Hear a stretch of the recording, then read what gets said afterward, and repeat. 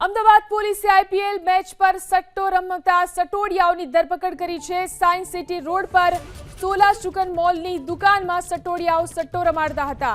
Police તપાસમાં ખુલ્યું કે રાણીપનો ઉત્કર્ષ ઉર્ફે ભોલુ પટેલ સટ્ટો રમાડતો હતો।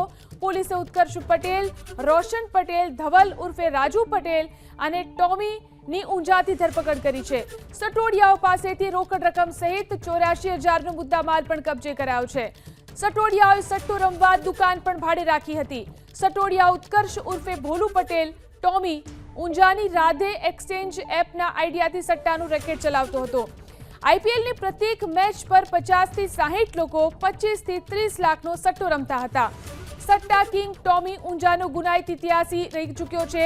તાજેતરમાં જ તેનું ગેરકાયદે બાંધકામ પણ તોડી પાડવામાં આવ્યું હતું।